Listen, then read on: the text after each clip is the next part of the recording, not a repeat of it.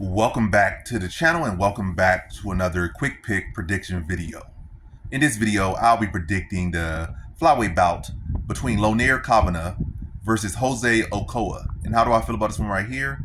Is I'm going average confidence Kavanagh to beat Jose Ochoa.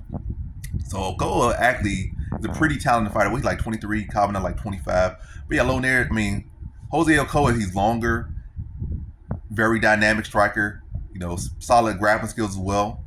Obviously he got to build on it. He's 23. I think there's some issues where you could take advantage of that on the grappling department. But in this match, I think he's definitely has a much better chance. You would think maybe I don't know, but I don't know. I don't love the matchup too much on either way as far as predicting.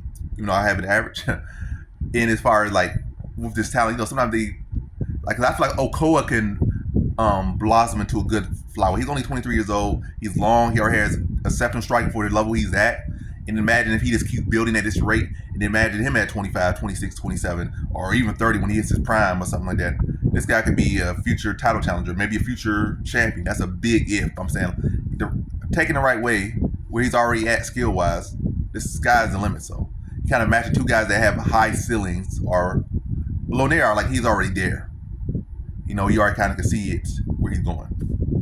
But this guy, Jose Ochoa, like I said, he hasn't had that moment yet.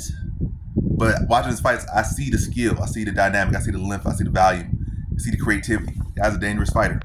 But I just think Kavanagh, he got that 2 years older than him, in another exceptional talent. But he had that 2 years to get better, and he has had that contender series performance, so he has had opportunities. He has 2 years of life to get better, and he just had a better point right now. He's just a more fleshed out fighter at this point.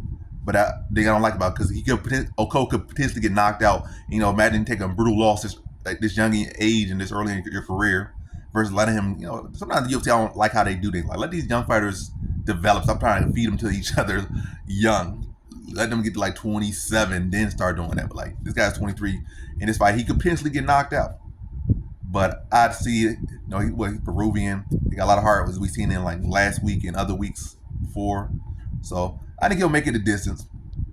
I think it'll be a fun, exciting fight. I think he'll push Kavanagh and make him have to show more than he did in his earlier fight. Extend him more than his contender series fight.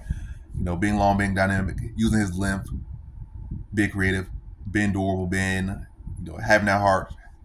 But I just think Kavanagh will be the better striker. I think he'll be the better grappler. I think he'll land the harder shots, and I think he'll land more consistently, more flush. I don't know. Maybe he probably won't land as much. I think Ochoa will have the higher output, but I think Lonair will have the more effective output.